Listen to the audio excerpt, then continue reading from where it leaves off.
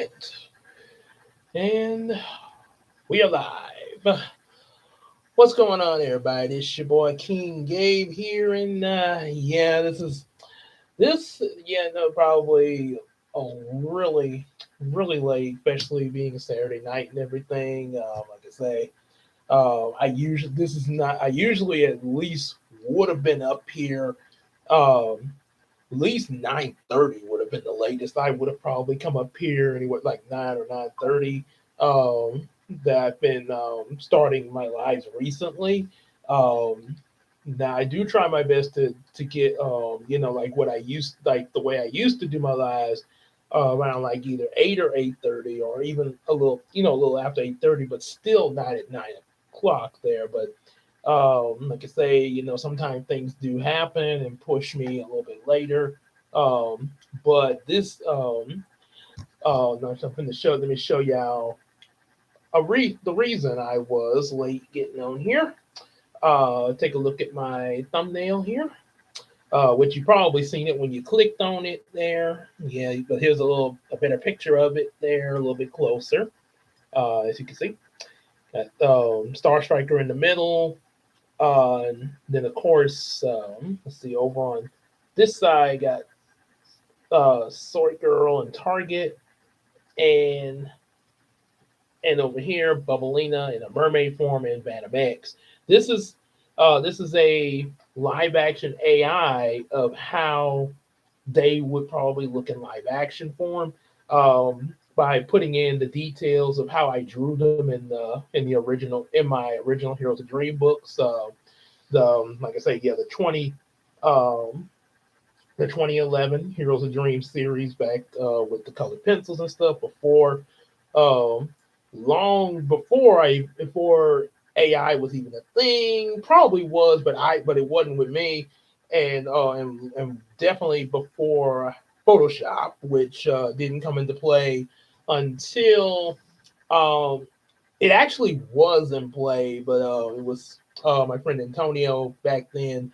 who was using it for his Who Knows series, and then eventually I was able to get it by the time I got to book 12 of Heroes of Dreams, and then next thing you know, what was going to be a comic book version of Heroes of Dreams, sort of set up like the MCU, ended up becoming just a straight up Star Striker comic series for 2017, and then eventually led to other things like Bubblina comic series and like I say, and so on and so on.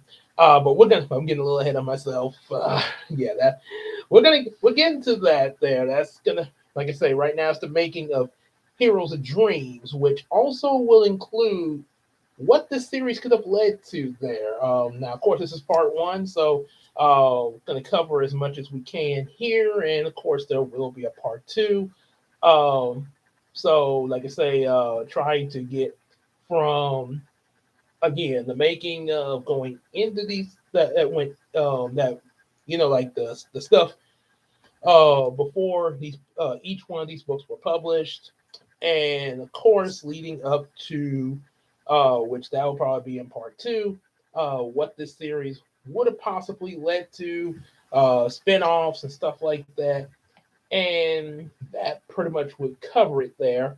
There actually would be more continuing from this concerning my books. I know I do have videos. I will acknowledge I do have videos of like my Star Trek comic series where I did talk about those.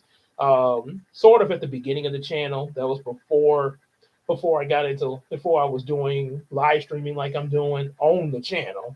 'Cause I think I probably did live streaming on my other channels there, but or yeah, I more than likely did. I don't know how often I did it, but I did do live streaming on the other channels. But before I started doing it on this particular channel, Miracle Productions, yeah, it was basically just edited videos of me talking about the Star Trek comics, as well as other comic series like Brown Chronicles and stuff like that. So there might possibly, so yeah, just a heads up. Um, Later on, not completely sure when, because we got Christmas coming up. There possibly will be some live streams going into detail of that. Like I guess you could say the making of those there possibly. It just all depends on what comes to mind. And also, like I say again, dealing with Christmas stuff first, as well as some other things that I want to work on that I also need to work on, need and want to. So, yeah, there will. So we'll see about that there. I'll let you know a confirmation when I get to where, hey, okay, guys, I'm gonna do it. So anyway, back what I was saying. So yeah, I did. So that was what I did to create the characters in the AI, putting like the description of their costumes and everything. Um, and there's a thing, it's AI Mirror. That basically what I used.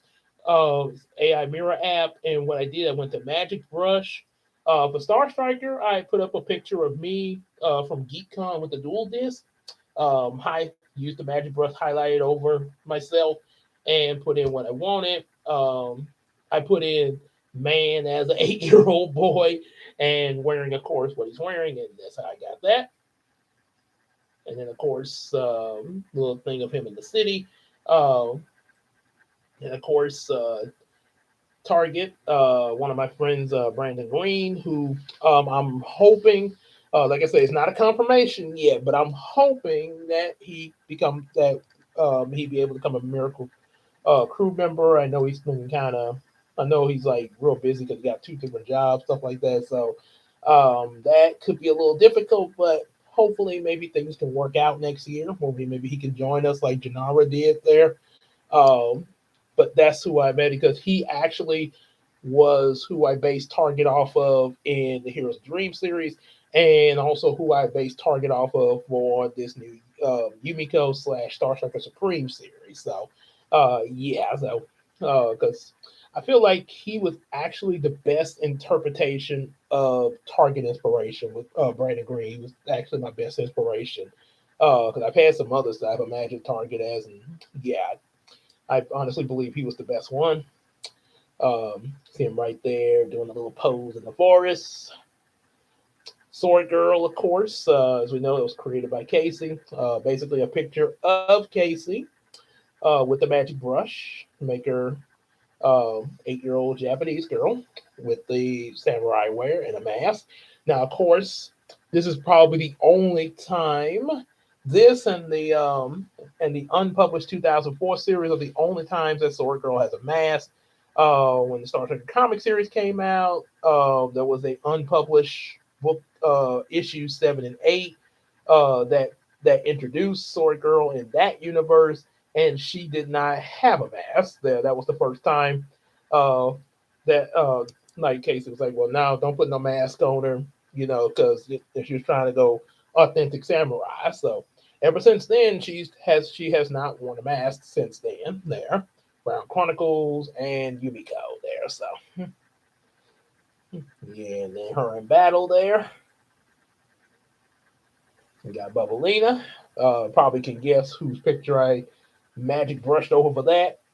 Queen Tina, of course, because like I say, she's taken over the character, and she was the inspiration for the character when she first was introduced in Heroes of Dreams there, which led to, of course, her being like Patty Jenkins and pretty much creating her own universe when I was making the Star Trek comics. So, yeah, of course, taking her stance there. Bubblina, and even in mermaid form there. Vanamex, that was the hardest one. Bubblina was kind of a hard one to get right in the AI too, but Vanamex really, yeah, these two were kind of what made me kind of run late starting this stream there. So yeah, it was Vanam.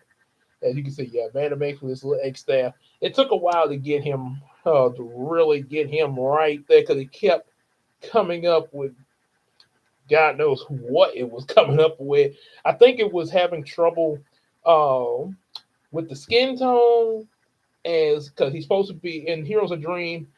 He's actually supposed to be Jewish Egyptian there because of his background there, and his origin and what's come of him and everything.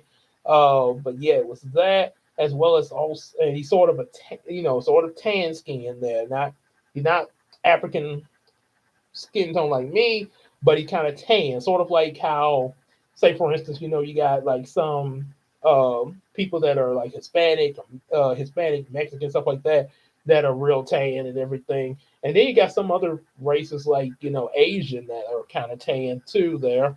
Um, but a lot of time, people like Jewish, I think Jewish, Egyptian, India, Hispanic. A lot of time, them being tan. Now I may be the only one. Now maybe it's just me, but with some, I think like sometime when I've seen them like a while back there, I kind of thought they were like me, African American, because the fact, with them being tan, they was real brown, like me there, especially in animated stuff there, like Dora the Explorer. I didn't realize she.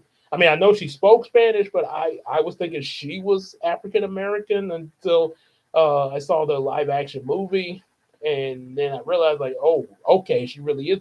So I guess I was thinking that she was just able to speak Spanish, but okay, she really is Spanish. That's a duh. So yeah, so it was really difficult getting him, especially the ex staff there. Yeah, then there's for some reason they gave him two staffs in here, Magic, and then I was able to edit it to one staff, or of course. Oh wait, that was yeah. I just needed the background for that, and of course got what you got here. Hmm. And yep, and there you go. So and then of course having to try to place them in the right place and getting the text on there. So yeah, so that's what happened. That's what happened. Little behind the scenes of that there. So now you know why I was running late. And I must, and I'm just going to give you a heads up. I will say it again before we end the live stream. There, uh, should be able to get a good out, still get a good hour on here. There, no, it's like 10, 16. So it's a 12-minute mark. We should be able to at least get the 60 minutes there. Like I say, that way it still won't be too long. And like I say, I don't, I know, like I say, it is late. I know it's Saturday night. A lot of y'all got a lot of us got church in the morning. Um, but then no, I know a lot of people either going to church usually have those 10:30 services there. So that's not in like I said, back in the day, used to have to be up and go to church at 9. We do have a 9 o'clock service at our church. I don't think they're having the 9 o'clock service. They're just going to have the 10:30 service because it's Fifth Sunday. That's what I'm thinking. I think that's what I heard. May have heard wrong, but I'm pretty sure that I think that's what happens on Fifth Sundays, or this particular Sunday in general. But anyway, yeah, we have but normally, yeah, we do have a 9 o'clock and a 10:30 service. Mostly, I go to 10:30 because usually it's. I've mentioned this before in a video. It's usually they have two different things. You can go to the sanctuary for like morning worship at either 9 or 10:30, and then like so if you go to the morning worship at 10:30, you can go at 9 o'clock to what they call a small group. I call it's pretty much Sunday school. That's how I grew up with it before I went to Brookwood over at my old church. But they call it morning group. Okay, it's cool. But yeah, more like a little small group, pretty much like Sunday school or even somewhat of a Bible study. It's more like Sunday school class. But you can go there first at 9, and then the morning worship at 10:30, or you can do 9 o'clock morning worship and then go to a small group at 10:30. Whatever float, however it floats your boat there. Um, but as I now lately, I've gone to just the 10:30 service. Now, as far as what I might start back to going to the small group in the future. Who knows? There, just have to see what happens. Uh, never know. Uh, but anyway, yeah. But a lot of us I know in general go to like 10:30 or just around 10 o'clock in general. So, like I say, like back in the old days, yeah, pretty much a Sunday school class, the morning worship. That's how it would start around like 9 o'clock there. And on special occasions, you might start early, like 8 o'clock. So, So yeah, no, we all know a lot of us got to get ready for that. So um, that and there's that, and fortunately, I ain't got to work tomorrow, but a little bit late in the morning, but I'm not gonna be able to make it there. They say, but hopefully next Sunday I do. But sometimes it does happen there, because you got to alternate between the employees and stuff. Can't always get got to give stuff. Have to alternate in general. Anyway, so let's get right here. So that closed good. Well, we have a tour review coming up of Pimps now.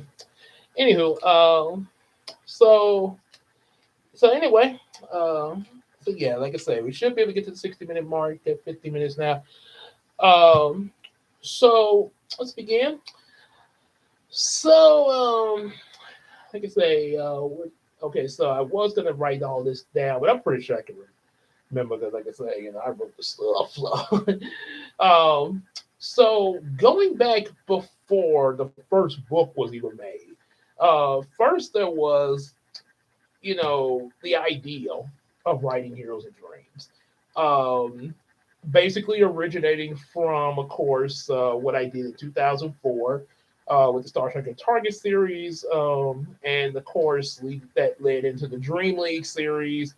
So then eventually I got into other writings like the first two versions of Kroger Force, blah blah blah, and a few other things, and then it was right. I want to say I think I started because I'm trying to think Kroger the version 3 and 4 Kroger Force. I actually did start writing that before 2010. Of course, I had my legendary dreadlocks back then that a lot of people don't believe I had. There, the myth. You ain't had no dreadlocks, gay. Stop that line. You didn't never had no dreadlocks. You just had that bald head all the time. Oh, I remember you having it. Oh yeah, the myth. And nobody believes me. I, I'm telling you the truth. Why don't you believe me? Oh boy. And yeah, I know I'm joking about that, but seriously, I do have some people that I have told about that actually didn't go on like that, but it was hard for them to believe there. But yeah, because they didn't know me back when I had them there. So yeah. So anyway, yeah, that actually that's kind of some truth in there. Um, so I know I made it around in that time because I remember having pictures in my photo album of like Kroger, different ones that were Kroger Force Rangers, and also the Cyber Squad Rangers that was meant to be a sequel to the series and lead on to other uh, ones I came up with like Power Rangers Geo and Royal Battle and Revelation stuff like that. So at that time, at the same time, I was trying to come up with how Heroes of Dream was going to start, which would, of course, the first Heroes of Dream book was published in 2011, August to be exact. Because I remember having actually now I take it back. I want to say let me double check. I did look this up once before, and now I done forgot. I, I'm like Mister say Mister Forgetful here. Oh no, I forgot. Oh, what did Mister forget? What did he forget? Let's see. Heroes of Dreams. Heroic Dream begins. Okay, Barnes and Noble. I should have the date that it came out. And this is when we had the actual Barnes and Noble store around still. Now it's just online, of course. Okay, let's see.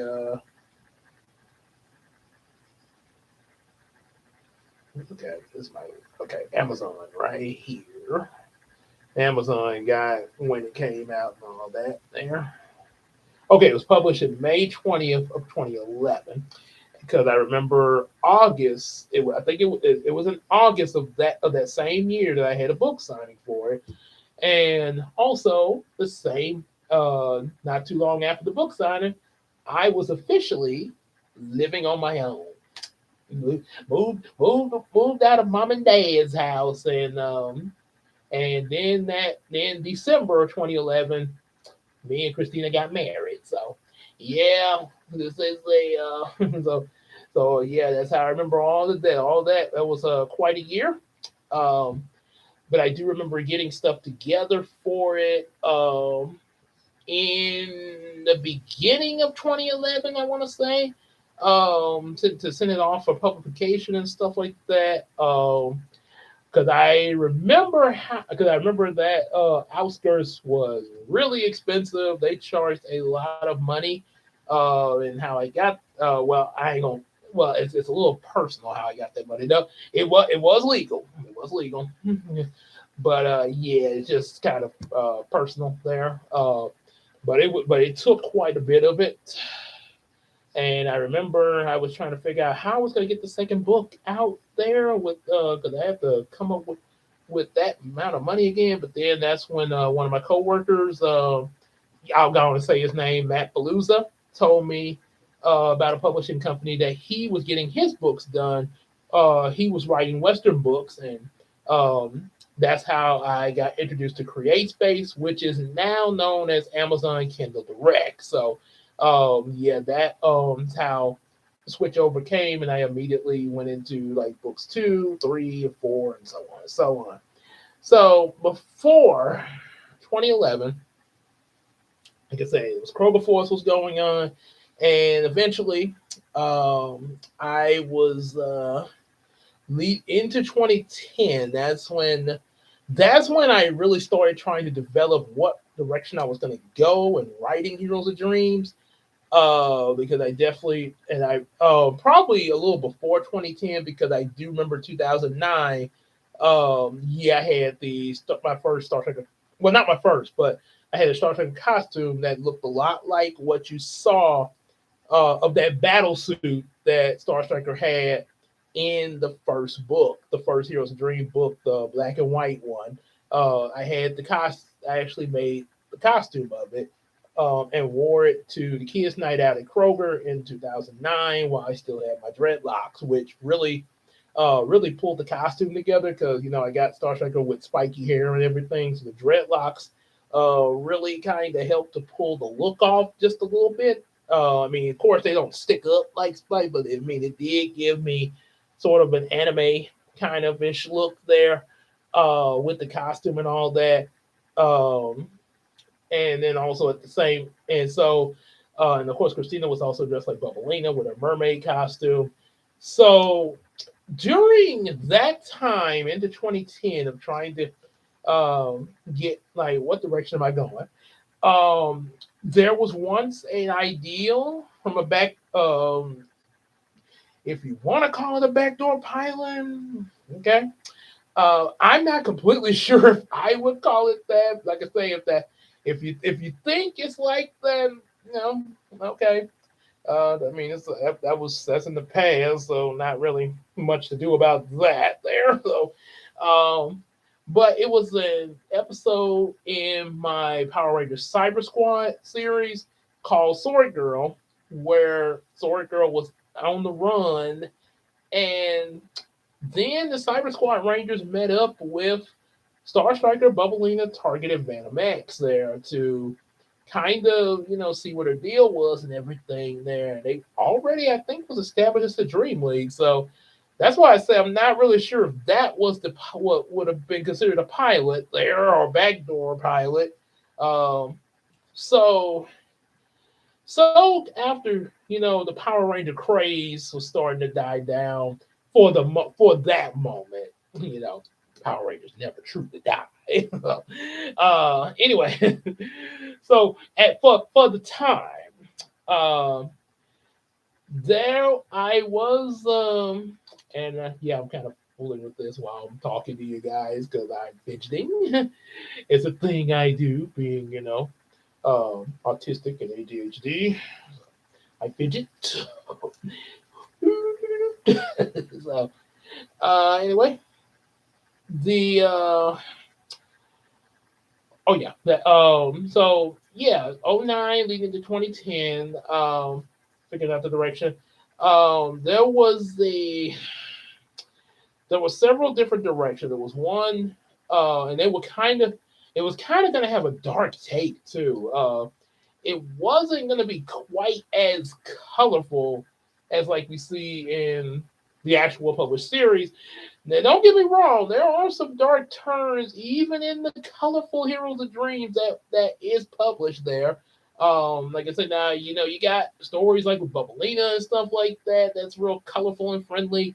But you have some dark turns, like the Sword Girl story was real dark. What did get published, um, the what was going even of course Phantom X had quite a dark story with the whole thing with his dad. Even there was even a story with that involved Bubblina involving a whole nother Atlantis, the Sky Atlanteans, that kind of got dark there. So yeah, there was some dark turns there. So um but let's go back, go back.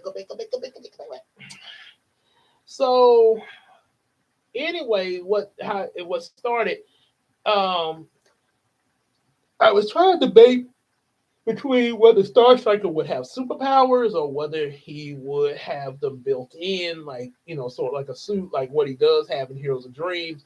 Eventually, yeah, I did settle on that, which was cool at the time and still kind of is. But considering what I've written recently with Star Striker and Yumiko and his soon to be Supreme Star Trek series, yeah, it is a lot better with him having powers there, like natural powers. He still would probably have some gadgets and stuff like that, like little shurikens and stuff like that. But yeah, it is cool for him to have little Star Blast mixed in the mix. So um, yeah, but at that time, yeah, it was the whole like gadgets and stuff like that, just by itself. Um, so yeah, he was with, and there was also at one point there was also another version of Star Striker and his friends with sort of this animal style, and that's where the idea of the Squirrel Avenger came in. At one point, didn't really have much in the way of a story with that, but that was a thing at one point. Yeah, Squirrel Avenger. Target was actually still the only human character. And instead of having Sword Girl, you had Shadow Fox instead of Night Fox. Bubblina was still part of it. And not sure how whether we're gonna have Phantom X or was it somebody else in there. There was a character called Saber the Lion Warrior, which was supposed to be like which kind of was going to be a hero, but started off sort of like a nemesis toward the Squirrel Avenger before becoming a hero. Sort of like a kind of Goku Vegeta type of thing. You know how Vegeta started off fighting against Goku, and then over time, Bulma and all that, he became the hero we did. And next thing you know, him and Goku are doing the fusion dance. Like, don't tell me we have to do these stupid dance moves. He's like, stupid, stupid, stupid. Fusion. Ha! And then that happened there. So yeah, it was gonna be kind of like that with Squirrel Avenger and the Lion Warrior Saber there. Which there was a friend of mine that actually came up with that idea. And of course there were other things I had going too, like Digi Ranger, stuff like that. Um, give me just 1 second. I really gotta get something real quick. I'll be right back. If you come in, don't move. I'll be right back. Oh, okay. Oh God. Whew, I'm glad nothing happened because I thought I was pausing it there. Be right back.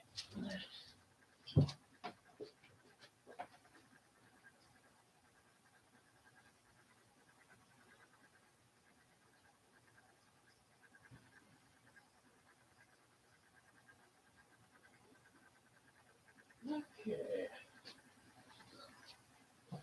thought for sure I already had that in my pocket there, but I had to give me a handkerchief here.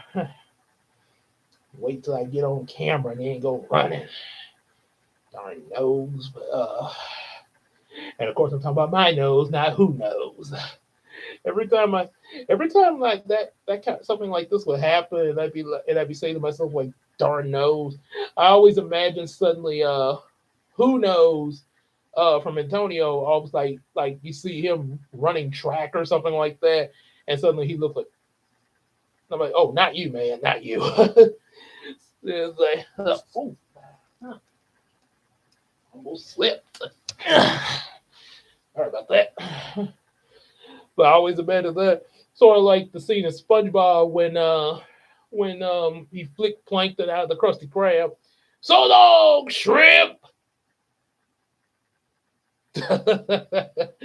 or in movie Food Fight, which a lot of people hate, when they made a joke about like, oh, or I'll go bald. Not bald isn't beautiful. And you see Mr. Clean like, so I'm just here for you to make a ball joke there. Now I'm just stuck here. Okay. So anyway, back to what I was saying. So yeah, at one point, yeah, there was Star Strike. So yeah, I had the Animal League thing.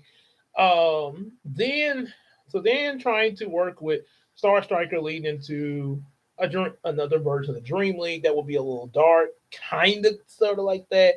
Um, there, it started off where it was gonna be like you have Star Striker start off with this thing. Then he would run into both Sword Girl and Target, and Target and Sword Girl were gonna be like at a war with each other.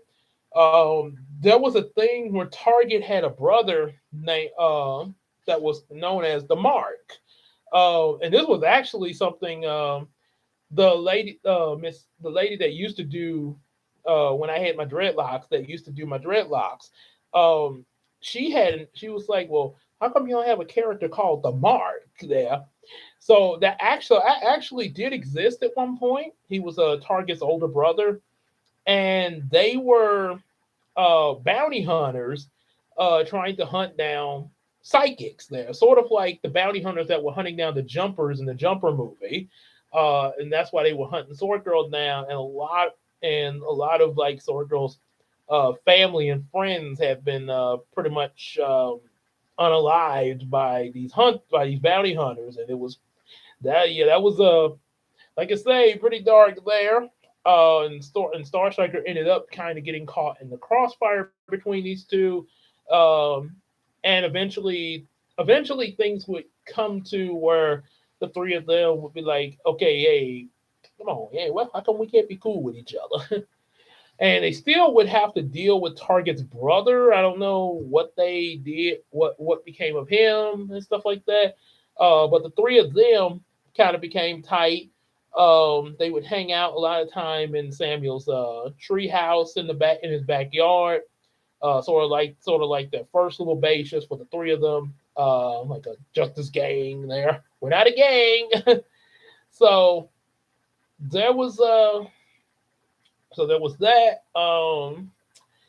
Then that was gonna then it was going to lead. I think at first it was just starring Target, but and Sword Girl was kind of with them sometime, but not completely. But she just kind of came off and on for a while, and then they ran into Bubblina, and of course, eventually after that, would be Venom X. Um, Venom X did not get any kind of origin until Heroes of Dreams. Yeah.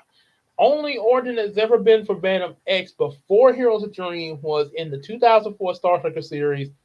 A boy named Calvin kisses Julie on their while they're on a date, and he gets superpowers. Yeah, that's that was it. That was not very imaginative, don't you think? Oh, yeah. So yeah, the yeah, he didn't really get much of an origin until Heroes of Dreams, and that was probably the most difficult in writing the heroes in the Dream series in the first, like in the first stage there, before getting to like book number 6 and so on there. Um, so yeah, that but yeah, before coming into that, yeah, um, there was this whole there was a debate between trying to make Star Striker either a teenager or a kid, which of course for the published Heroes of Dream series, we get him as 8-year old. But there was one point where he was going to be a teenager like he was in 2004. Target was going to be a kid just like before, as well as the others being teenagers. And there was gonna be and then there was also the ideal of them being young adults there, um and Target still being either a kid, like a pre, I guess you could say, instead of an elementary, like maybe a preteen or possibly starting out in high school there. Um but yeah, there was going to be a thing of them being young adults. And there was, especially with the love interest between Star Trek and Bubblina back then, because of me and Christina at that time. Um, yeah, because I had like pictures of that and stuff like that. Um, and then of course there is a story that Christina wrote for Bubblina as far as an origin leading into, like, her origin before meeting the other heroes and stuff like that. Which definitely check out the channel under the Bubblina playlist. Yeah, she's got it. I think it's in the video where she reads her rough draft for issue number 6, which never did get published, but she had the rough draft for. So she, along with that, she also read the origin story she wrote for it, from a while back when Bubblina was, when we were first trying to even get just a book series in general out there. Um, yeah, um, so there was that. Then, so went through that for a pretty good while there. Excuse me. Of course, there was what I call the music video era, in 2010 there, in the BBS music videos I made. There's a scene of me and Christina transforming into Star Striker and Bubblina. I sort of did like a Superman thing, so like when he went in the phone booth, but went behind the door and then came out as Star Striker. And Christina did like this spin change, like Wonder Woman there, and as Bubblina. And then kind of mixed it in with footage from the VBS and stuff like that. You're never too young to find the content, like you're too young to fall. Have faith, speak the truth, and fight for what is right. You're never too young to join the cause. Yeah, so yeah, they had that going. Yeah, it was like I say. Um, so that kept going for a while, trying to figure out the direction. Then, of course, started writing the Heroes of Dream book. So it finally got around to that. Starting to get, which, like I say, because the book got released in May of 2011. So kind of started uh, around. So I think what it was, I think I submitted it at some point between January and March, and it took, and maybe it just took a while for the publishing to get started. I could now maybe I could, but it depends. I don't know how long the publishing took, because see, with Amazon Kindle, which used to be CreateSpace, you submit your book to be published, and you get that within like at least a day or two. This one, I'm not sure what it was with this one, so it's hard to say. I do remember it may have possibly been something like that. Maybe, but I think it may have took longer than a couple of days. May have been like maybe some weeks or something. But I do remember having drawings of it in one of my notebooks before scanning it to the computer, and there was, I remember showing some of the pictures to some of the kids in our church nursery back then. What was coming out, and that's kind of what got Nisha into it there. really even more so attached to us through the books and stuff there.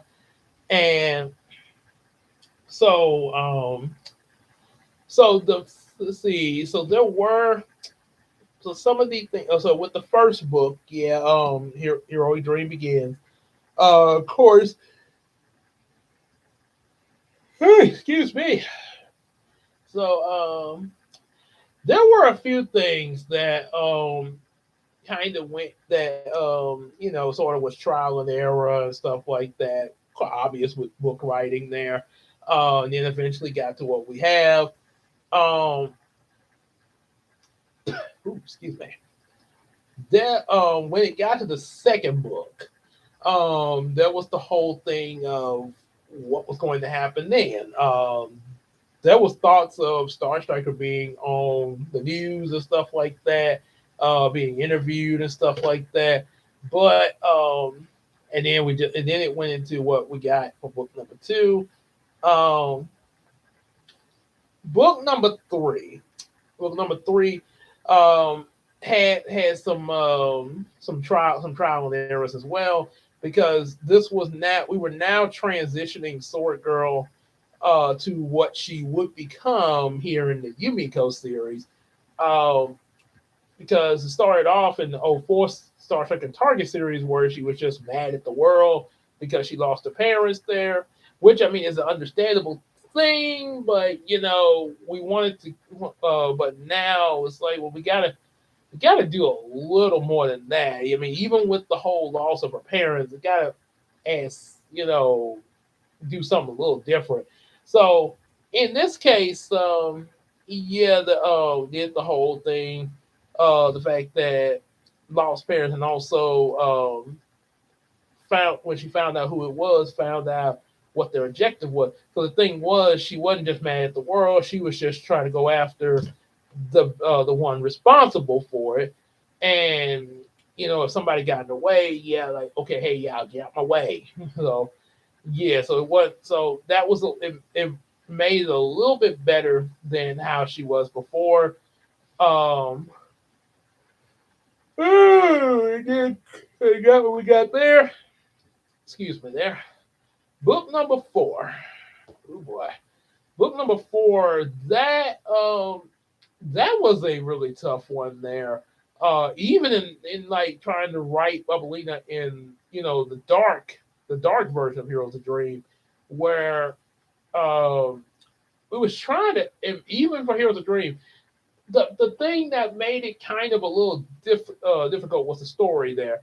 At one point, the story was that Samuel and Brian go to the beach like they did in the actual book four, and what happened? They see Bubblina there at the beach and everything, and there will be some, and just like how you had Silly Willy, the scientist, there was some adult scientists that were after her and her family, because the action there was at one point Bubblina was going to have like I think two or three sisters that were with her, that were all of them were younger than her at different ages there, and I think either it was a debate between either Bubblina being captured or or their mother being captured by the scientists there, and Samuel and Brian would enter in to save her, to save them and everything.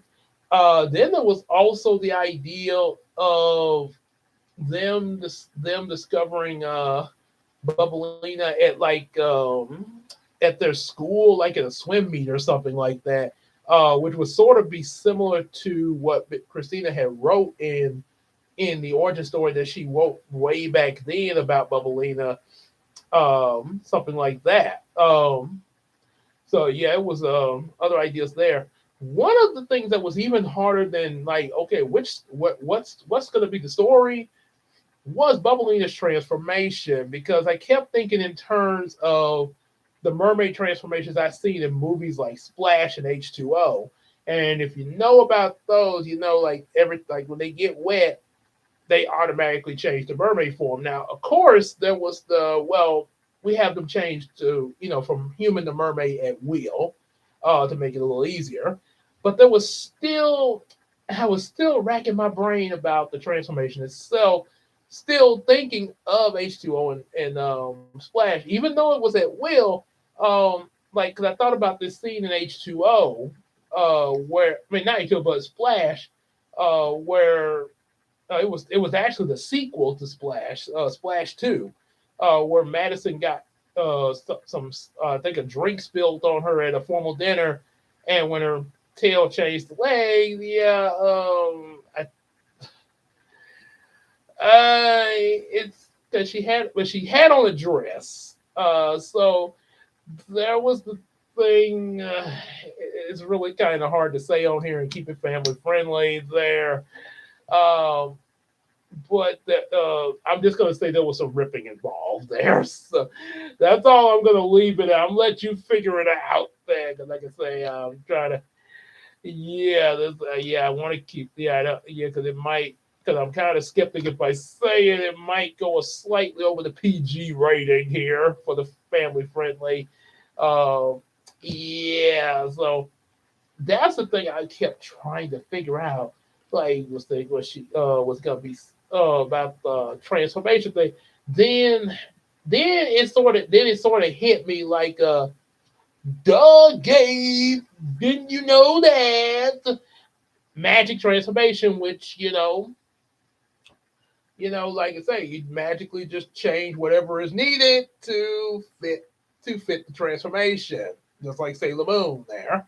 How she has the whole clothes change and everything. So the same thing could happen with Bubblina. You know, magical clothes change with her mermaid transformation there. Pretty which it was like, oh yeah, because H2O. Sure, it wasn't completely at will, but it was a magic transformation. Yeah, uh, their whole regardless of what they were wearing, it would just completely change to this golden mermaid tail and sort of a matching bra that was sort of like the material of their, like pretty much like the scales of their tail there. So yeah, that was like a duh, Gabe.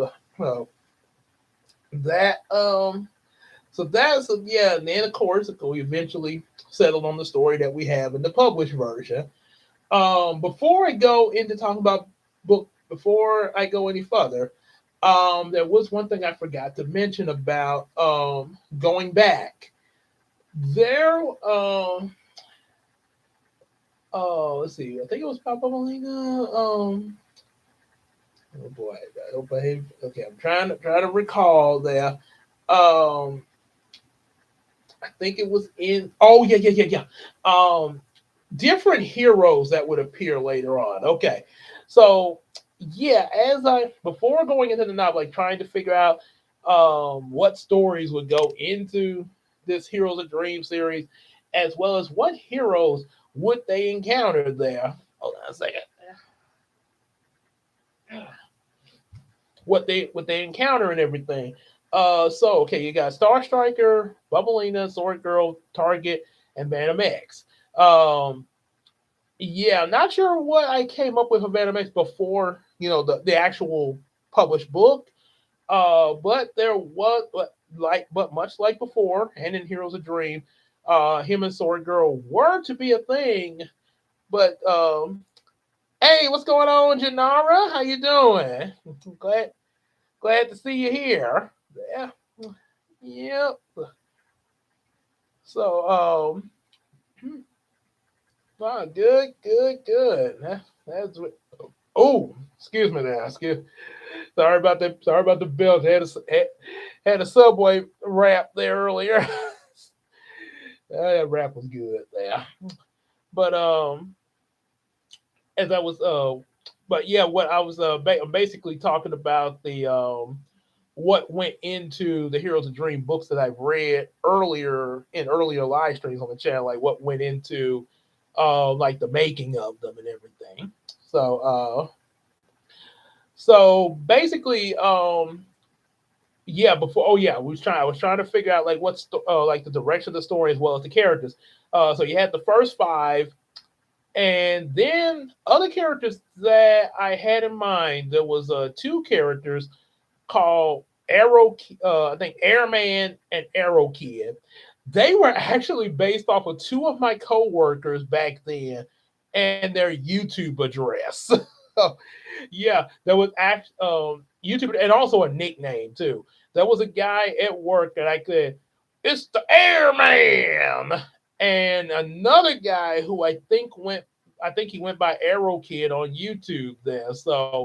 Um, there. Oh, thank you, thank you.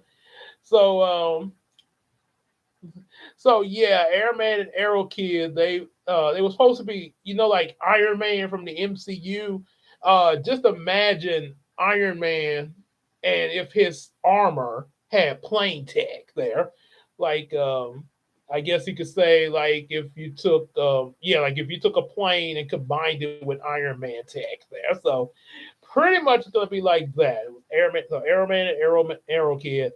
Um then another one was Moonrazer, which was a female character who had werewolf powers. There was kind of part werewolf herself, and there was gonna be sort of a love triangle between Venomex, Moonrazer, and Sword Girl.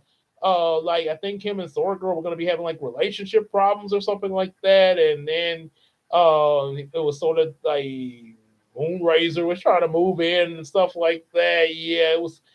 And this was actually because the person back then that I imagined as the Venomex, he like I was telling him about these ideas, um, and he said, "Well, he said, well, Gabe, I'm kind of more into wolf-like characters, as far as the fantasy romance part there." So, okay. So this is where the idea of Moonrazer came from, and I think he had a girlfriend who, yeah, I think that was pretty much why he was into the wolf thing because I think he had a girlfriend that was into wolves as well there, and I think that's where the name Moonrazer came in at there. Oh boy, so there was that, and then there were two other characters that I really had wanted to put in there, but a friend of mine was not too wild about it. Was like, Gabe, I don't think you want to put these two in your series there. Um, the two characters was Bomb Boy and Snow Bunny. Um, Bomb Boy was sort of similar to Cyborg, but well, you probably could guess what his powers were. Yeah, he's the bomb. So, but yeah, he sort of was, yeah, pretty much similar to Cyborg. And Snow Bunny, of course, had ice powers there, and was sort of, I guess you could say, part rabbit or something like that. Um, and so the bomb boy actually, the idea for him actually did come from another one of my coworkers, uh, Triceratop woman. Okay, Triceratop woman. Oh, well, I know that be a lot of that be. I tell you what, the Triceratop would be a powerhouse there. Pretty much any of the dinosaurs in general. I mean, as they say. Speaking of which, since you brought that up, Janara, just before I go back, I just want to share this real quick. Uh, Me and Christina were watching Power Rangers, the Return of the Green Ranger when they cloned Tommy and had the whole White Ranger versus Green Ranger. When the scene where the other Rangers were fighting the putties and stuff. Oh boy, Kimberly and Billy really were whooping some butt. I mean, because both of them, Billy and Kimberly, they showed them up first.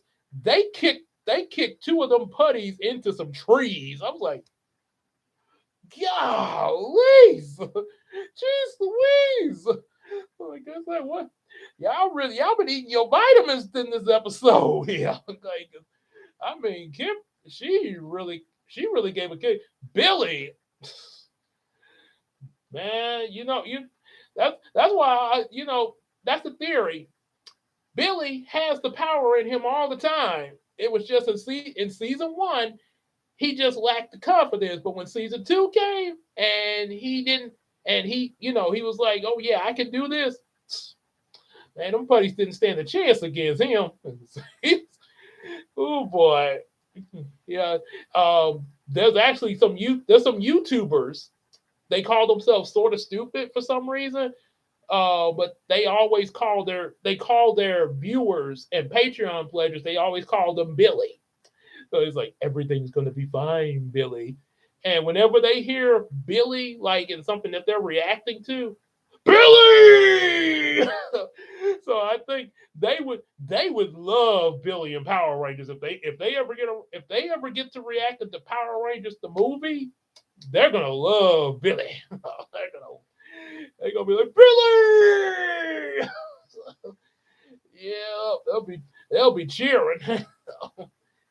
Yep. So anyway, back to so yeah, Bomb Boy and Snow Bunny. So a friend of mine. I wouldn't exactly say your weakness there. I mean, if anything, technically seemed like Billy would be your strength there. I mean, since you love him there. I mean, it's just like with me and Christina. That's my she's my strength. So it's her as well as my friends and family. Yeah. So yeah. Uh, but yeah, Bomb Boy and Snow Bunny, they the guy, the co-worker of mine that came up with them, it was actually a thing with him and his girlfriend back then. He was Bomb Boy and his girlfriend was the Snow Bunny. Uh, mm, and she he so I was like, yeah, let's put them in my story. Yeah, no. You no, really. There's some things about Bomb Boy and Snow Bunny that might not that I don't think is really gonna be good in the story there. So yeah, I can't you can't force nobody. You got so okay. I respect your wishes, buddy. Okay, it's cool. So yeah, 'cause it was sort of a yeah. He said it was some kind of I guess you could say like Adult Swim stuff about him there. So, and also Snow Bunny was really more so of a nickname for his girlfriend there. And actually they were characters that they made up, but it was actually for I don't know if y'all play DC Universe, but it was in the back then it was an online game called DC Universe. I did play it a few times there. But you could actually make up your own superhero for it. After of course a very long intro. But yeah, but Steven had oops, I said his name, my bad. But anyway, he made that was what he made up for his character there. That was for his character in DC Universe there. So I think that was another reason why I think he just wanted it to be stay in DC Universe there. So for the online avatar there. Okay, so yeah, there was then and like I say, it was story direction stuff like that. So still a little bit of time left. Going past Bubblina, book 5, the first time that Banamex gets an origin story, and I mean like an actual good origin story. Of course, with the whole thing with his dad wanting to enslave the world and so on and so on. That actually, if you didn't, oh really? Okay, I did not know that. Okay, honestly, I thought you and Billy were were together before I came along, but okay, okay, it's interesting there. Yep, I did not know that there. Yep, but but yeah, that was the first time Banamex had his origin story with the whole background with Egypt and everything. Um, yeah, it was because the fact it was. Oh, okay, okay, cool. Yep. Yep. And I tell you one reason why, because um when I saw that, when I noticed that about you, Jannar, I actually was it made me think back in high school before I met Christina. Uh because back in high school, with me and my big sis Casey, who was in our meeting that we were in, that you joined in on. Casey, with the say she we would role play Yu-Gi-Oh a lot, and I had a big crush on Taya from the show. So yeah, in a way, just like you have, like, you got Billy and everything. At that time, yeah, it was a big thing with me and Taya there, and yeah, yeah, like I say, that was kind of my high school sweetheart. Before, like I say, before Christina, because I met Christina in college actually. So yeah, my high school sweetheart was of course Taya there. Yep. So that's what it kind of made me think of there. Yep, because of course I wasn't exactly the most popular guy in high school and stuff like that. Yeah, I didn't really do so well with the dating department back then. So yeah, like I say, yeah. Oh no, no, not a yeah. Like I say, I mean yeah. Like I say, you gotta do. Gotta get through. Sometimes you need a little something to get you through life. Then I mean, that's just like I say. Same in my case. That's my imagine. I say my things that I have come up with have really gotten me through a lot of things. Like especially with getting through summer school.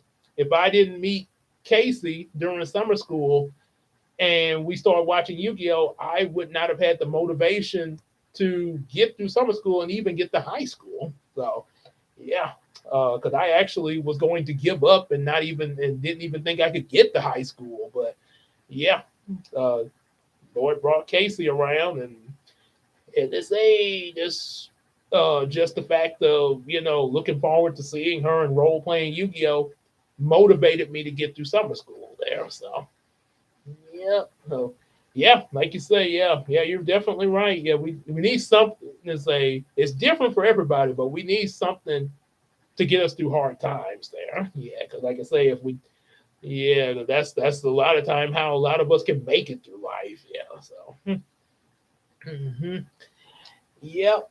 So but yeah, but it was kind of difficult coming up with Vanamex's story there. That one took kind of the longest because, like I say, 2011 did the first book of Heroes of Dream, switched publishing companies at the end of 2011, going into 2012, and was immediately able to get book two out because I had already wrote it up and everything and got it proofed. And shortly after book three, because I had kind of started on it there. So yeah, then it was just coming up with four and then five. So yeah, that was so that like I say, it took quite a while to get through that there.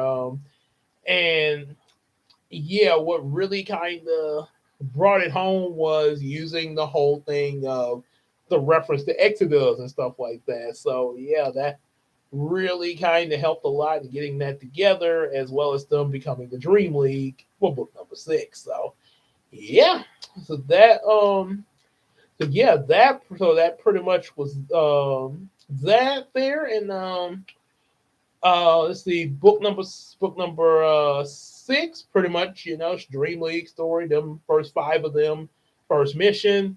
Book seven, as I explained in that live stream, met up with the kid named Riley, and matter of fact, met him while I was writing book six. Him and it was actually his mother that introduced me to him and everything, and his sister.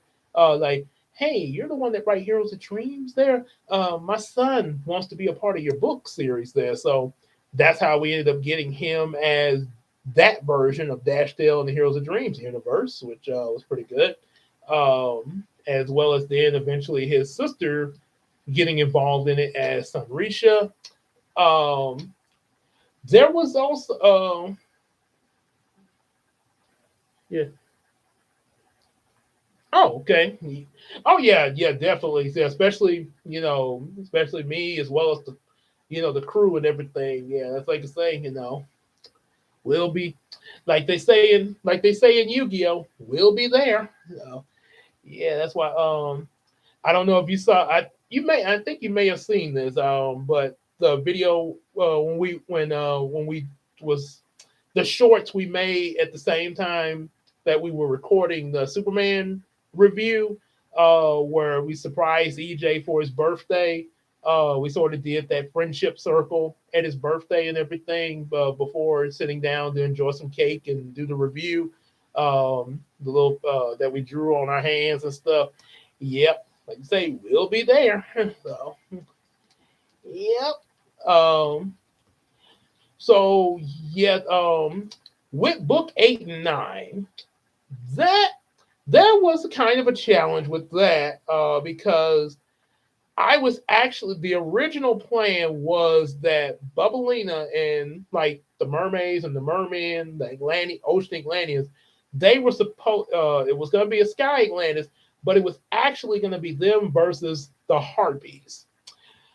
The hard part with that was I was trying to look up what the male harpies were called. Yeah, and because I know harpies are female creatures that have wings, stuff like that.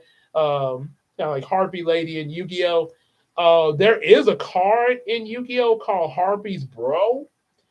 However, it still doesn't explain what do you call the male harpies, and I never could find that. I kept trying to look that up and stuff like that. And yeah, that was the thing, that I was like, because with the mermaids, they call the males mermen or merboys. But so we know with that, really, oh, it's okay, it's okay. Hey, I was eating early. I was eating Subway earlier. Yeah. So yeah, I was having a trouble trying to come up with that. I remember my friend back then, Antonio, was also he was trying to he was trying to look it up too and couldn't find anything there.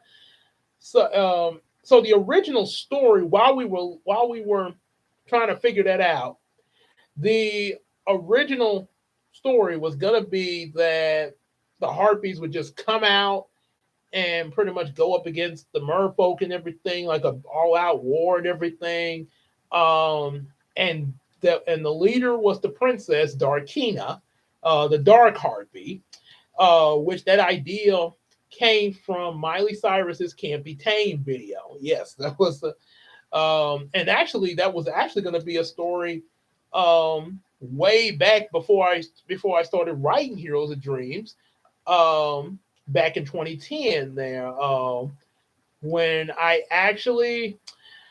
don't know if this actually was the real Miley Cyrus or not. I don't think it was, but who knows, because you never know who's on the other end of the computer.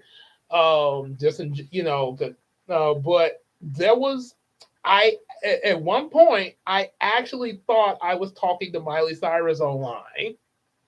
And whoever that was on the other end claimed they were Miley Cyrus there. Um, and then, like I say, I really should have known better. I really should have known better. This was a big mistake I had made. Um, and they talk about this a lot in online safety. And yeah, I strongly advise y'all to take heed to this. What I'm about to tell you, I actually asked who I thought was Miley Cyrus, like, "Hey, could you come down to Shreveport and maybe like meet some of the kids in my church nursery there? They would love to see you there." Okay, Gabe, I'll do that. I mean, and she claimed that she arrived there Saturday and was going to meet up with me at a Walgreens, not too over on those of you in the Shreveport area, over on East Kings Highway, and I ended up believing it. I went to Walgreens looking for her, never did see her there. Yeah, that's why I say I really should have known better, even back then, because I mean, that's really I really fell for that there. And that's why, like I say, I strongly advise you guys be careful who you guys talk to and everything. I'm just especially like people when they talk about, well, I'm this celebrity or I'm that celebrity. I'm even like somebody comes up saying, "Hi, I'm Eddie Murphy." So yeah, be very careful of that. Like I say, I thank God nothing happened there. Like I say, not, they didn't show up, but it could have, like I say, because people have gotten kidnapped this way. Um, but yeah, I went up there. And I was like, where is she? And I really should have known because if Miley Cyrus actually showed up here in Shreveport and was just walking around a Walgreens or any store, people would have. There's no way that there wouldn't have been a crowd trying to get her autograph or something. So it's raining out there. So yeah, should have. So yeah, I kind of learned the hard way there. But anyway, her music, her album "Can't Be Tamed," where it showed her with these dark angel wings there, gave me the idea of Darkina the Dark Harpy.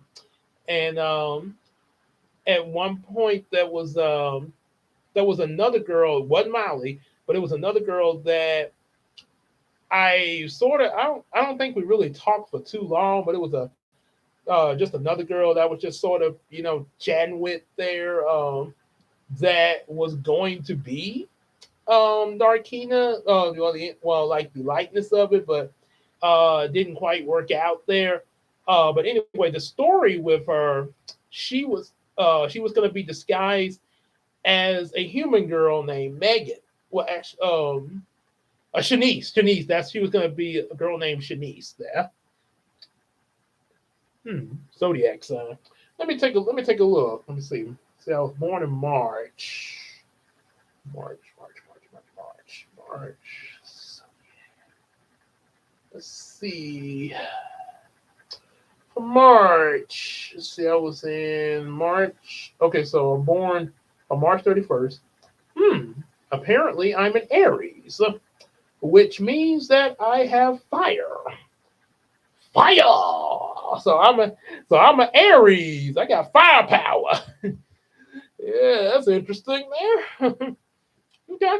Let's say I ain't never really stopped to think about that, but and say, yeah, what the heck, little little funsies there.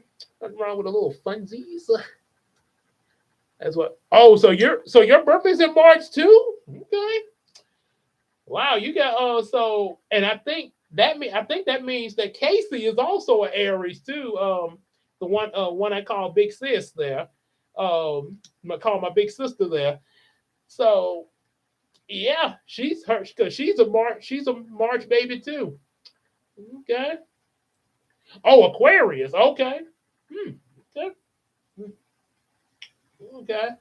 But yeah, she's a March baby too. Both me and her are there. And I think there might be a few others in March too. I'm not sure, but I know we have March birthdays. Yeah, I'm the 31st, and I think I recall hers is like 19th or something like that. There. Ah, okay. Billy got fired. No wonder he was fired up in season two. That's why he was. That's why he was showing them putties 1-4, and then that brick bully in season three. Like, I'm gonna be here as long as it takes to defeat you. Yeah, Billy wasn't playing around with them guys with them with that brick bully there. Yeah, yeah. But oh yes, yeah, indeed. So yeah, give a little bit more there. Oh yeah, the so yeah, Darkina was gonna be disguised as Shanice, which is a character now in my Yumiko series. Might possibly be Darkina in the future, but anyway, so Shanice, she would get real close to Brian, sort of like Terra from Teen Titans when she got close to Beast Boy. How and then there was going to be sort of this betrayal and stuff like that, and yeah, it was another inspiration I was drawn from was like Hawkgirl from the Justice League series, the animated Justice League series when she betrayed the Justice League. Then they did take her back in, but there was kind of some trust issues, mostly between her and Green Lantern. So yeah, then it was going to be kind of that thing where she would come back to the Dream League, but they would sort of, like I say, just like them, have trust issues with her and Brian, and also somewhat between her and Bubblina there, sort of like um, the trust issues between Hawkgirl and Wonder Woman there. So yeah, so that was actually a planned story there. But like I say, when I couldn't find out about the harpies, I then went to another mythical creature called Shadows and the Mus. And these are actually creatures. One of them I think is featured in the Aladdin movie, and they're supposed to be guardians, sort of like the gargoyles there. So, so I used them instead there, sort of like flying lions there, and that's how I got book 8 and 9. Of course, we know what was going to go into book 10 because I do have a video, a live stream on that, unpublished rough draft that was supposed to feature Night Fox origin mixed with a cameo from Who Knows. But Who Knows sort of took over the entire book mostly, and we didn't really, yeah, what was going to be Night Fox's little origin didn't really, yeah, and then plus, um, a Knows cameo in the series really should have interacted with all the Dream League members instead of just one or two of them, which is one reason why the anniversary book worked out as well as it did there. Of course, there was a lot going on in the anniversary book, but I mean, at least there was a good amount of time because, like I say, it was written to be sort of like a full length movie in a book there. So that was, I mean, at least it did kind of, the length of the book did sort of help with all that was in the story stuff. Um, Also, another thing, like say with the behind the scenes of working on book 10 at first before it got rewrote with the Nose cameo. Um, at that time, my friend Antonio, who was the creator of Who Knows, at that time, I think his wife had a baby due at that point, and so it was kind of a little difficult for us to get together on getting ideas as I was writing the book along and stuff like that. And a book actually had gotten completed, and I was drawing the pictures for it, but then I think there was some. I think there was some parts of the book he was supposed to that he was going to contribute there. I think like some of the scenes with Nose at that meeting and stuff like that. But then it got to the point with I think yeah we sort of ended up like I said we was out like I said I was halfway through the pictures, but then the book ended up getting scrapped there. Which, like I say, no sort of took over the show in that book, so it is so in a way, like I say, I didn't think of that then, but looking back on it, I was like, yeah, that probably was a good idea because yeah, we like I say, this really needs to be more about Naomi becoming Night Fox more so. And then the anniversary book, we was able to do a much better job with the Nose cameo. Now the only difference was Kevin was not a part of it, Nose's friend, like he would have been in the first attempt there. But yeah, still we did get the main star Nose there. Um, but a lot of the pictures that I had drawn did get used in the did get placed into the book 10. Some of them, at least the ones that didn't have nose in them, did get used up for it there. So there was it didn't go completely to waste. So yeah, that was so yeah. I got the live stream on of all about that there, as well as book 10 itself. Um, so yeah, then of course there was the anniversary book. And pretty much went the way it did there. And had Antonio was also he came back because once I wrote once I went and rewrote book 10, then I wrote two other books, the pre-series Reality Imagination, and then I came back to do the Heroes of Dream anniversary special. And at that point, Tonio, him, and they had the baby and everything, and sort of settled down a little bit. So it's like, hey Gabe, you still want to try to do that Nodes cameo for this anniversary book? Like, yeah. So that's, and then that we ended up getting that.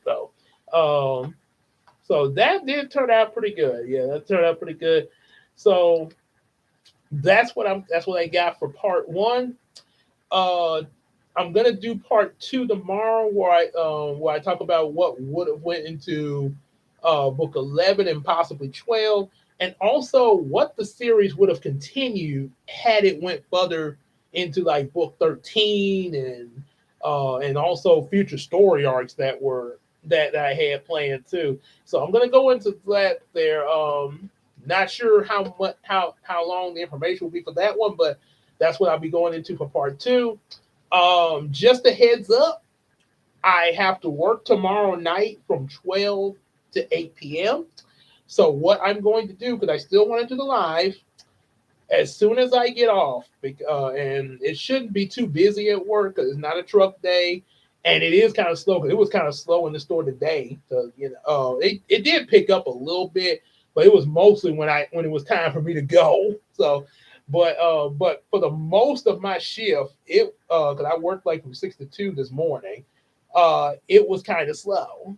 A lot of people had was still had the Thanksgiving turkey on them, but so it should be kind of slow in terms of like work to do it anyway, because there's no truck tomorrow. So I should be able to get out on time. As long as I get there at 12, I should be able to get out um, no later than 8. I should be out of there.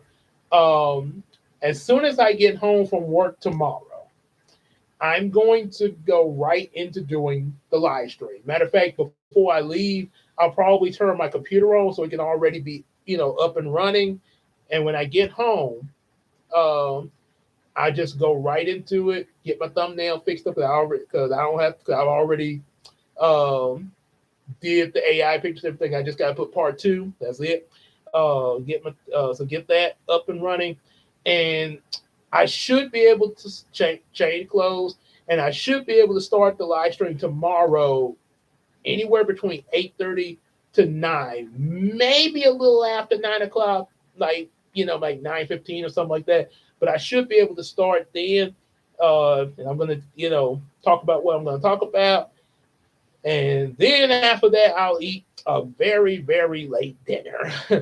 I would I would eat while I'm doing the stream, but it would take more time bringing this computer into the kitchen and all that there. Yes, and because I don't want to be eating in the other rooms of the house. Because, like I say, I don't want to be dropping food on. I don't want to be having ants all over this house there. So, yeah, so I'm gonna do the live stream first, and yeah, before my dinner because I want to talk about this. So anywhere between 8:30 or possibly 9 or 9:15 or something like that.